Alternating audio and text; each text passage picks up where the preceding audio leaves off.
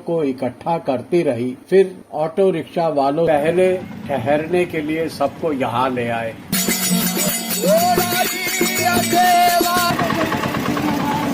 घूमने के बाद अब यहाँ आए हैं। ज्यादा भीड़ रहेगी। हाँ, कल बॉम्बे से ट्रेन आएगी ना, रानी के पुराना होगा ये वैसे। बाबा रामदेव जी का मंदिर संभवतः 564 वर्ष पुराना होगा। ऑयल लगा। अच्छा, ऑयल लगा हुआ। इस पे भी ऑयल लगाती है सीधा।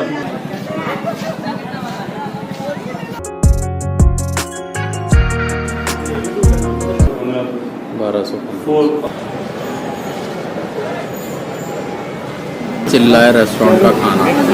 मंदिर जो जाना है।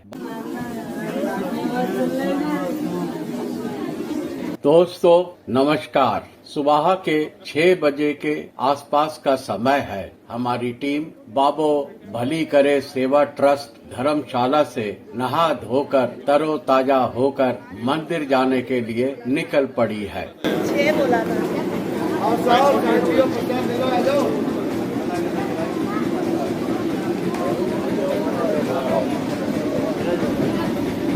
यूं तो भारतवर्ष विभिन्न धर्म संप्रदाय एवं जातियों का देश रहा है, जहां समय समय पर विभिन्न धर्म संप्रदाय के अपने अपने देवी देवता एवं पीर पैगंबर हुए हैं तथा सभी धर्मों के अपने अपने पूजा स्थल, मंदिर, चर्च, मस्जिद एवं मकबरे उनके अनुयायियों की आस्था एवं श्रद्धा के केंद्र बने हुए हैं, जहां भक्तजन अपनी मनोकामना पूरी होने एवं मन्नत मांगने हेतु श्रद्धा सुमन अर्पित कर अपने आप को धन्य समझते हैं।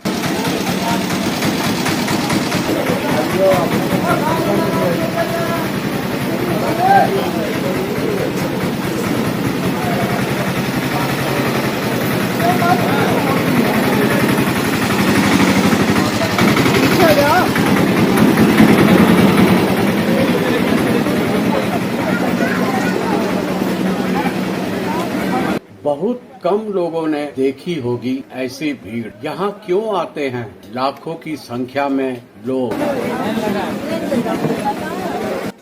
प्रसिद्ध लोक देवता बाबा रामदेव जी के दर्शनों के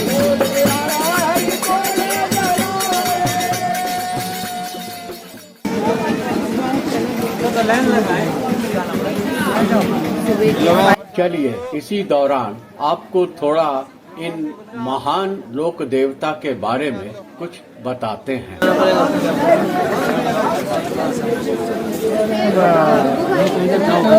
जाओ तो जाओ। एक ऐसा पूर्ण महापुरुष जिसने जाति, धर्म, संप्रदाय, ऊंच नीच, अमीरी गरीबी का भेद मिटाकर मानव मात्र को ही प्रभु का रूप समझकर मानवता एवं सर्वधर्म समभाव का संदेश दिया। भगवान कृष्ण के अवतार होने का एहसास कराया, जिसे हिंदू कृष्णावतारी बाबा रामदेव मानकर अपने आप को पापों से मुक्त मानता है, जिसे मुसलमान रामसा पीर नाम से उनकी समाधि पर शीश नवाते हैं।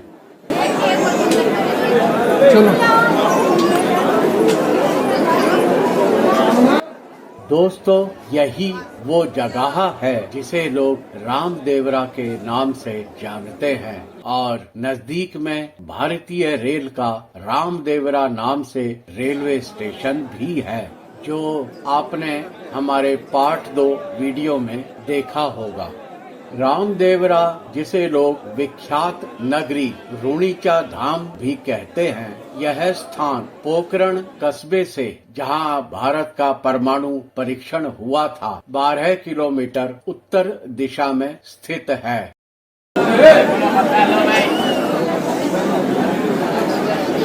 दोस्तों यहाँ पर प्रतिवर्ष पश्चिमी राजस्थान का महाकुंभ कहा जाने वाला अंतर प्रांतीय मेला भादवा महीने की शुक्ला द्वितीया से शुरू होकर एकादशी तक लगता है। ये मेला आराध्य देव बाबा रामदेव जी के करोड़ों श्रद्धालुओं की आस्था का प्रतीक है।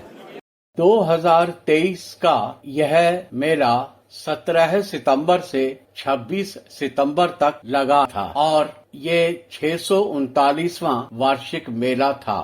दोस्तों, न केवल राजस्थान बल्कि गुजरात, महाराष्ट्र, पंजाब, हरियाणा और मध्य प्रदेश से जन जन पूरे वर्ष यहाँ आते रहते हैं, लेकिन प्रति वर्ष यहाँ लगने वाले मेले में बहुत ज्यादा भीड़ होती है, जैसी आप देख रहे हैं। ये तो शुरुआत है, और तो और पाकिस्तान से भी कुछ हिंदू लोग यहाँ आते हैं।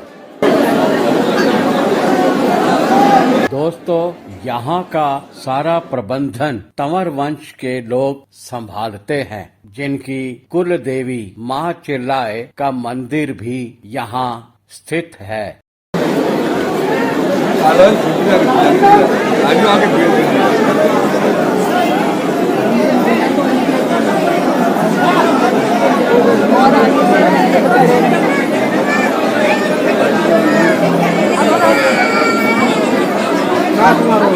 आइए आपको आराध्य देव बाबा रामदेव जी के बारे में साहित्यिक लोक कथाओं और खोज पर आधारित मान्यताएं संक्षेप में बताते हैं।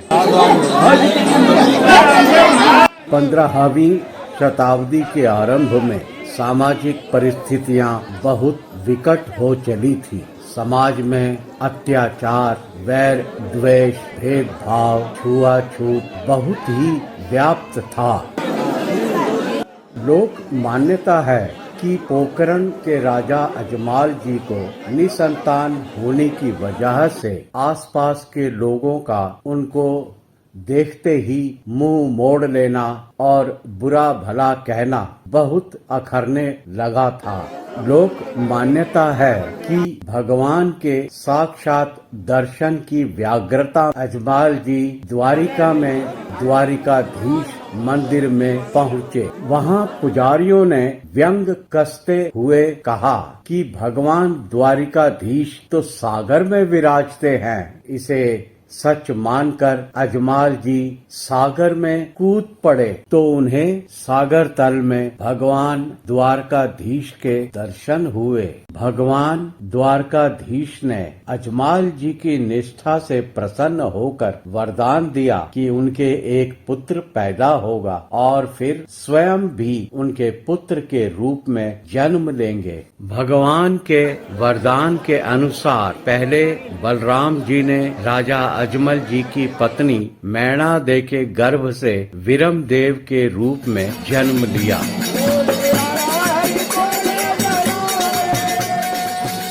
उसके कुछ समय बाद भादों की दूज के दिन राजा अजमल जी ने देखा कि घर में मानव के पैरों के लाल छाप के निशान मुख्य द्वार से पालने तक बने हुए हैं। विक्रम संवत 1409 सन 1352 भगवान कृष्ण राजा अजमाल जी के घर में पालने में रामदेव जी के रूप में अवतरित हुए।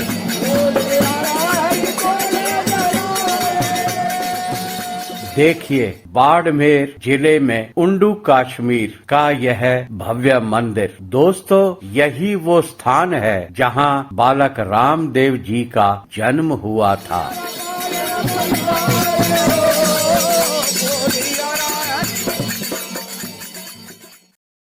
शिशु रामदेव जी ने अपना पहला पर्चा यानी चमत्कार अपनी माँ को दिया जब माता मैणा दे उनको स्तनपान करा रही थी। उस समय रसोई घर में दूध उफलने लगा। दोस्तों, ऐसा माना जाता है कि शिशु रामदेव जी ने अपने हाथ के इशारे से उफनते हुए दूध को वहीं रोक दिया।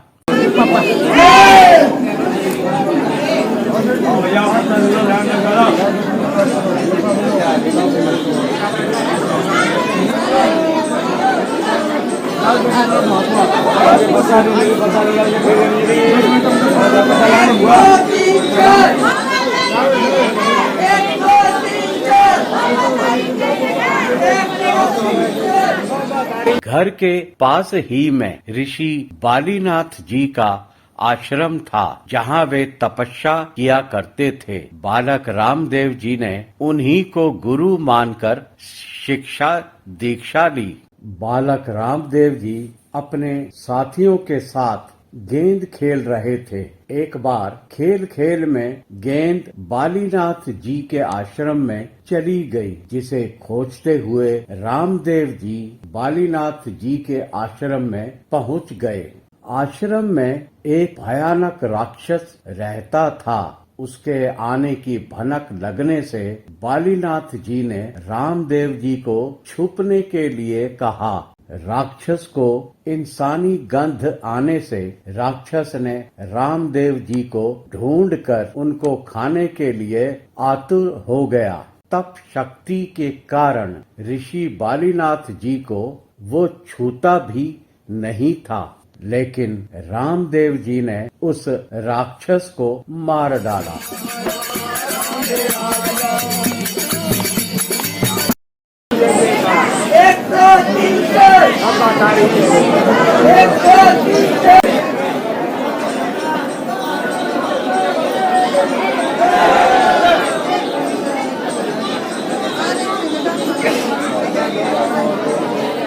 एक दिन सवेरे जब बालक रामदेव जी अपने साथियों के साथ खेल रहे थे, तो उनके एक बालक साथी की माँ रोती बिलखती हुई आई और कहने लगी कि सारथिया अब इस दुनिया में नहीं रहा। रामदेव जी तत्काल खेल छोड़कर मृत देह के पास पहुँचे तथा सारथिया की बाह पकड़कर उठाते हुए बोले कि सारथिया उठो और मेरे साथ खेलने चलो।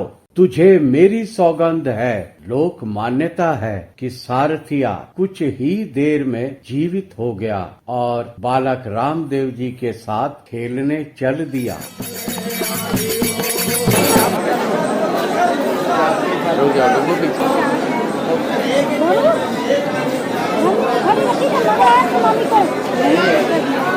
मालिक की दया है। माला ले लो, माला ले लो, फूल माला ले लो। ले भाई, ले ले ले, न्यू देखी। आजा, मेरे तो रातू। ओह यार, पीछे कौन? माला माला लेके जा। चलो चलो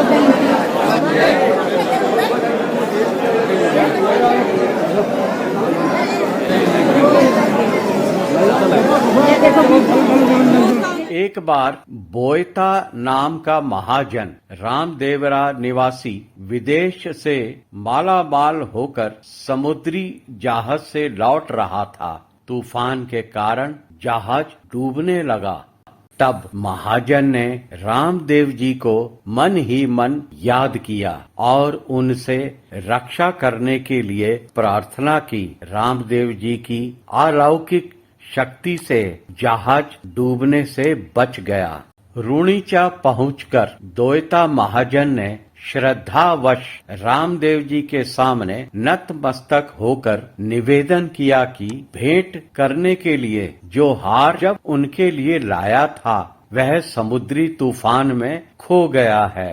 रामदेव जी ने मुस्कुराते हुए अपनी जेब से वही हार निकालकर महाजन को दिखाया और कहा कि तुम्हारे याद करने पर मैंने जहाज को तो बचाया ही था, लेकिन अपना हार उठा लिया था। इस चमत्कार को देखकर महाजन रूणीचा में रहकर जनता की सेवा करने लगा।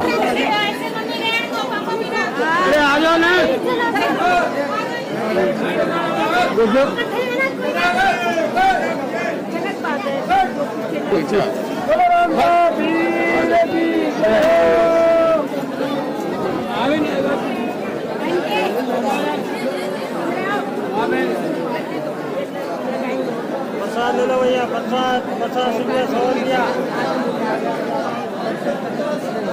कहा जाता है कि एक बंजारा मिश्री की बोरी लेकर रूणीचा से गुजर रहा था। उसे देखकर रामदेव जी ने पूछ लिया कि बोरी में क्या है। बिक्री कर से बचने के लिए उसने झूठ बोला कि नमक ले जा रहा हूँ। किसी सेठ को जब मिश्री बेचने लगा तो चेक करने पर उसमें नमक निकला। भागा भागा रूणीचा पहुँचा और रामदेव जी से क्षमा याचना करने लगा तथा कभी झूठ न बोलने की कसम ली। रामदेव जी ने क्षमा दान कर नमक को फिर से मिश्री बना दिया और बंजारे को आशीर्वाद दिया।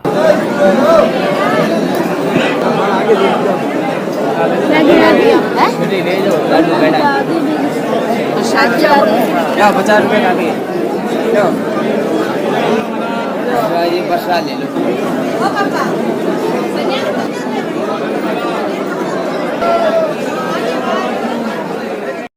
बाल्यकाल से ही हरजी भाटी बाबा रामदेव जी की भक्ति और यशोगान करते थे। एक बार हरजी भाटी जब अपनी बकरी को चराने जंगल में गए तो कोई साधु ने कटोरा आगे करते हुए उनसे दूध मांगा। हरजी भाटी ने साधु को कहा कि ये बकरी तो अनब्याही है, दूध नहीं देती। फिर भी साधु ने आग्रह पूर्वक कटोरे को बकरी के थनों के नीचे रखने को बोला। ऐसी जलश्रुति है कि वो कटोरा तुरंत दूध से भर गया। इसके बाद साधु वेशधारी बाबा रामदेव जी ने दूध पीकर हरजी भाटी को साक्षात दर्शन दिए और आशीर्वाद स्वरूप कपड़े का एक घोड़ा भी प्रदान किया।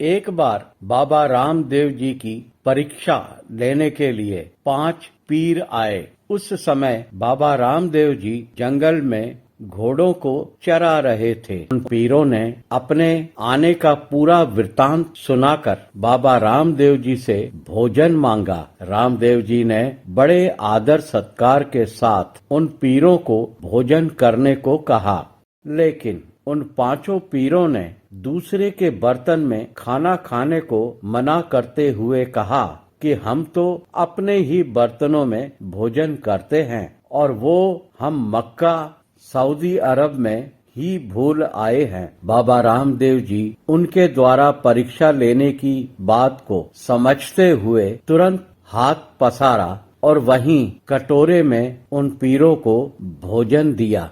यह चमत्कार देखकर उन पीरों ने नमन करते हुए कहा कि हम तो पीर हैं, आप पीरों के भी पीर हैं, और कहा कि आज से मुसलमान भी आपको रामसा पीर के नाम से मानेंगे। दोस्तों, यह वही स्थान है जिसे 5 पीपड़ी के नाम से जाना जाता है। यहाँ लोग पीरों के नाम की चादर भी चढ़ाते हैं। रामदेवरा से कुछ ही दूरी पर है।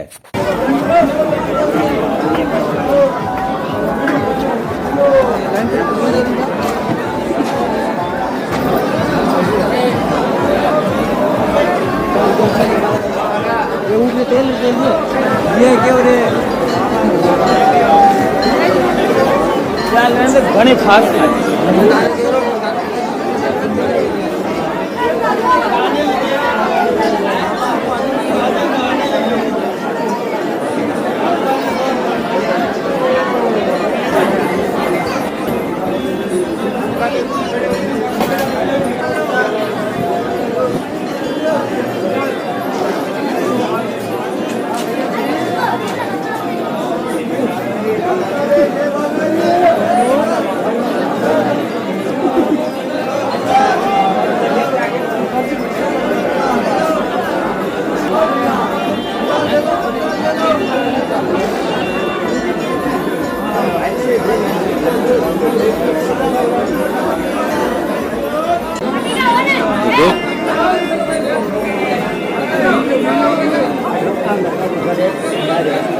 ऐसे लोग कुछ जानते हैं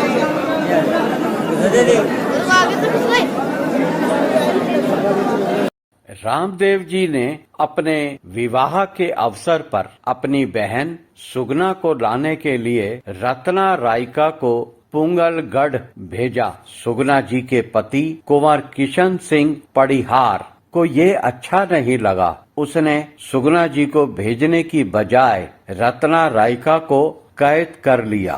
यह जानकर सुगना जी को बहुत दुख हुआ। रामदेव जी ने अपनी अलौकिक शक्ति से सुगना जी का दुख भांप लिया और दिव्य शक्ति से तुरंत सेना तैयार कर पुंगलगढ़ पहुंचकर पड़िहारों को युद्ध में हरा दिया। फलस्वरूप पड़िहारों ने रामदेव जी से क्षमा मांगकर सम्मान पूर्वक सुगना जी को रत्ना रायका के साथ पीहर भिजवा दिया।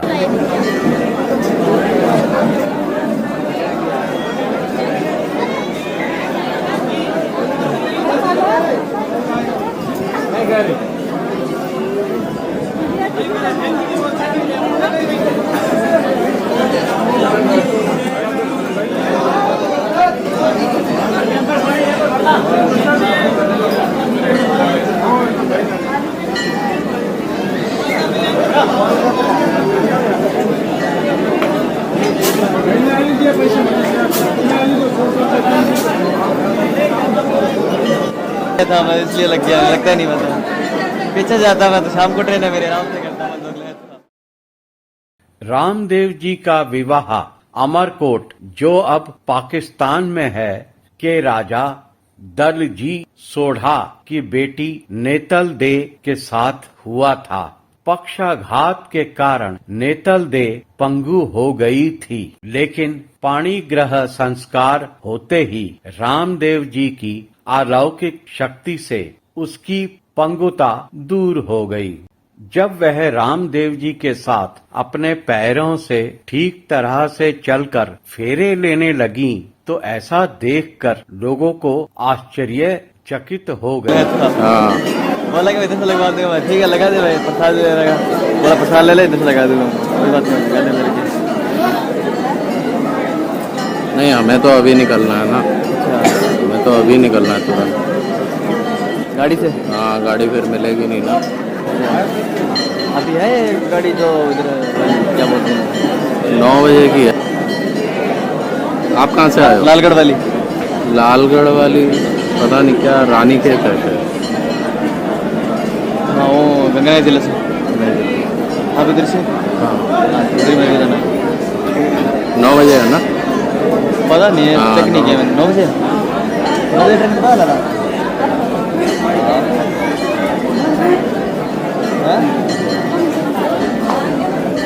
हम आया हुआ एक बार, लेकिन पैदल आया हूँ मैं। हैं? पैदल आया हूँ वहाँ से। कहाँ से? सूरतगढ़ से। सूरतगढ़ से कितना दूर है यहाँ से? 400 से ऊपर है। 400 से ऊपर। वहाँ से पैदल आए हो? वहाँ से पैदल। अभी नहीं, पिछले साल आया था, अभी तो ट्रेन पे आया हूँ मैं। अच्छा पिछले साल आया था। तो कितने दिन में पहुँचे होगे?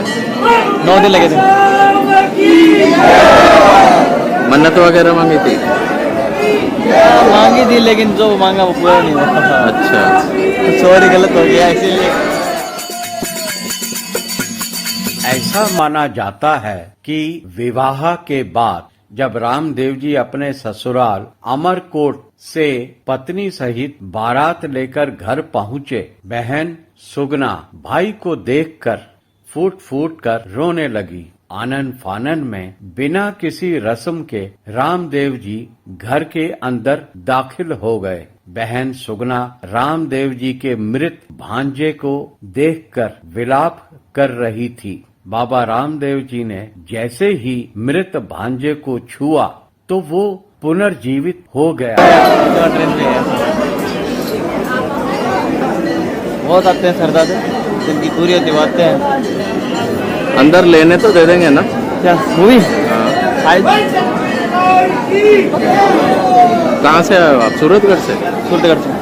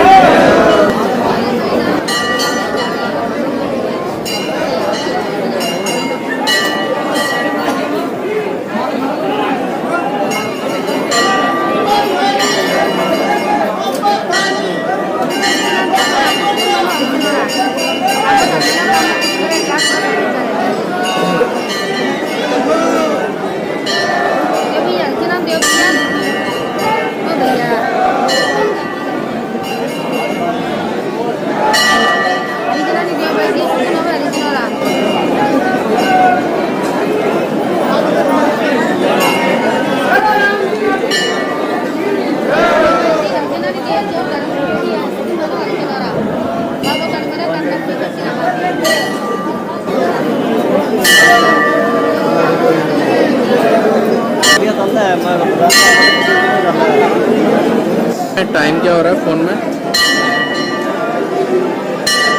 6:21 6:21 सुबह के। और इतना रश।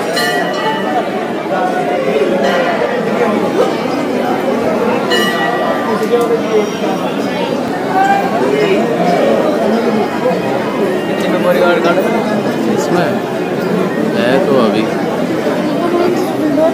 HD में जाएगा तो नहीं 64 GB का या 128 GB का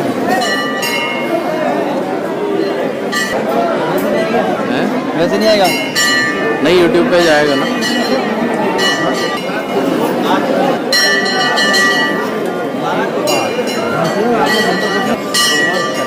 एक बार रामदेव जी जब कुंवर कलेवा यानी ब्रेकफास्ट सुबह का नाश्ता के लिए बैठे तो रानी नेतल दे की सखियों ने मजाक करने के लिए थाल में मरी हुई बिल्ली रख दी और कपड़े से ढककर रामदेव जी को परोस दी। जैसे ही रामदेव जी ने कपड़ा हटाया तो बिल्ली जीवित होकर दौड़ पड़ी। लोक मान्यता है कि रामदेव जी के चमत्कार से महल बिल्लियों से भर गया।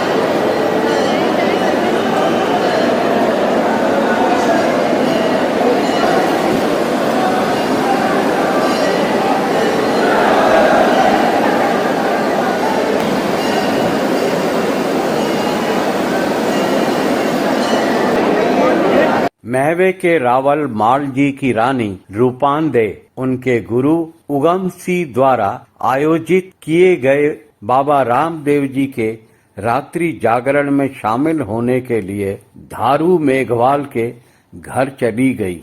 कपड़े से ढके हुए थाल को लेकर रानी जब वापस आई तो उनके पति ने क्रोध में आकर तलवार निकाल ली रानी की गर्दन काटने को। तुरंत रानी ने थाल पर से कपड़ा हटा लिया। थाल में अनेक तरह के खिले हुए फूल देखकर उनके पति हैरान हुए कि दूर दूर तक रेगिस्तान में कोई भी उद्यान नहीं, फिर ये फूल कहाँ से आए। इस चमत्कार को देखकर रावल माल जी भी गुरु उगमसी के शिष्य बन गए।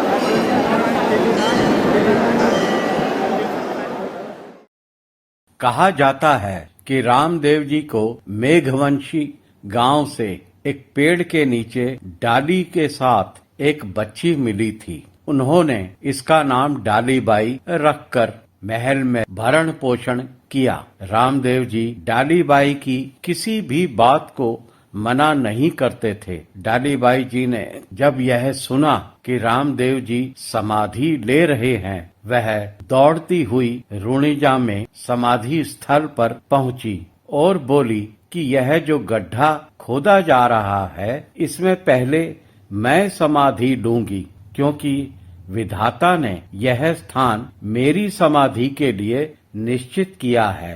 रामदेव जी ने कारण जानना चाहा तो बोली कि यदि इस स्थान पर आटी डोरा व कांगसी निकल आए तो यह मेरी समाधि का स्थान है। उस स्थान को और खोदने पर आटी डोरा व कांगसी निकल आए। अतः रामदेव जी ने उनकी भक्त डालीबाई जी को अपने से पहले समाधि लेने की आज्ञा दे दी।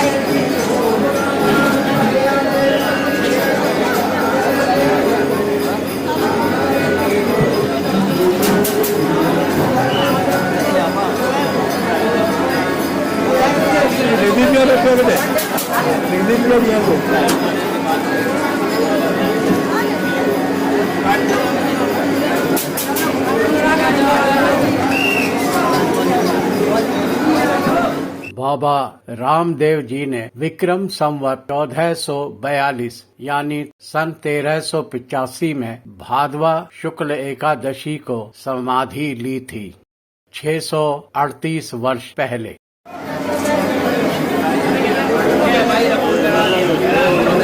आपके नहीं भेजा था, आपके साथी नहीं भेजा था।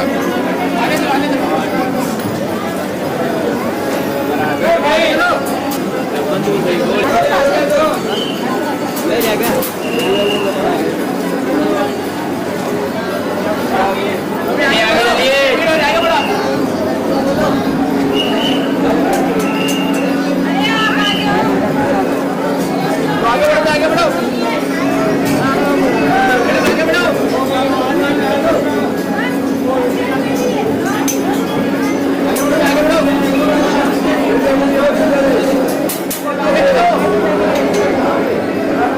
आगे जाके वेट कर लेना।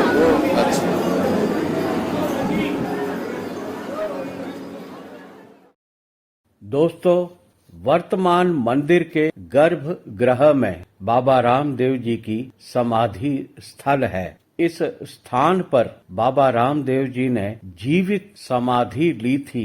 मुख्य मंदिर के अंदर प्रवेश करते ही बाईं दीवार में आले में अखंड ज्योति जलती रहती है, जो कि बाबा के समाधि लेने से आज तक निर्बाध रूप से प्रज्वलित है।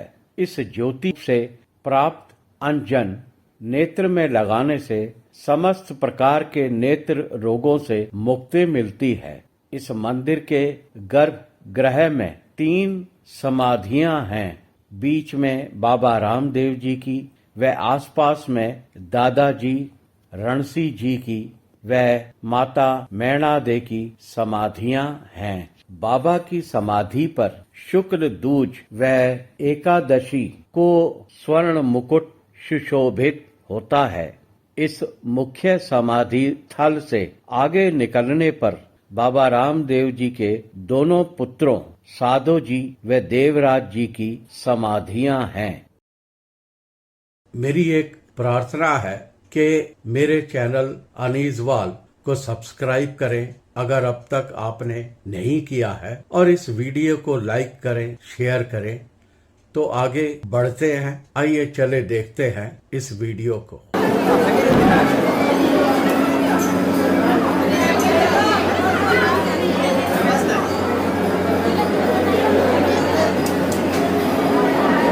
तो दोस्तों, ये थी बाबा रामदेव जी की कथा।